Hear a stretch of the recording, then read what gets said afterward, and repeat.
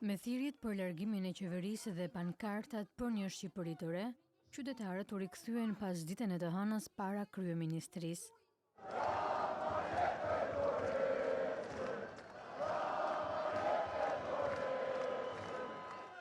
Por teksa protestuesit ndodheshin për të 9 ditë poshtë zyrës së tij, kryeministri Rama po kremtonte 35 vjetorin e Partisë Socialiste në Shkodër. Flamingon, simbolin e të ashtu quajturit revolucion, e kishte stampuar mbi bluzë. Nga mesazhet që kishte shënuar në flet të parin, e kishte për ata që e akuzojnë për tradhti. Ti thuash kësaj qeverie dhe mua në krye të saj,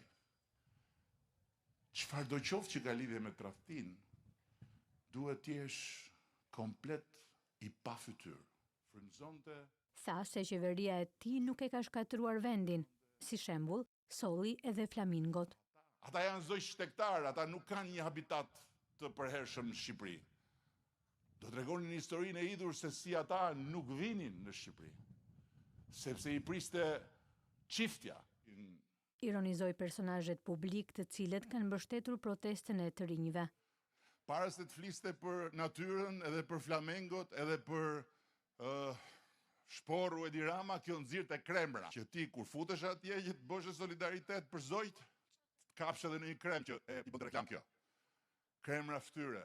Të paktën muzi fytyre mu dukun se kush e di se çfarë tjetër fërkohej me ato. I vendosur të çojë deri në fund projektin, protestuesit i ftoi të dëgjojnë argumentet. Bujrëm të ndajmë bashk faktet. Çfarë duhet ta bëjmë në Shqipërinë? Rezervat për blogera dhe për influencera? Por njëjtë, sikur kryeministri edhe protestuesit duken të vendosur për të vijuar qëndresën e tyre. Edhe mbrëmjen e tejntes ata marshuan për disa orë përreth qendrës së kryeqytetit, duke bërë thirrje për revolucion.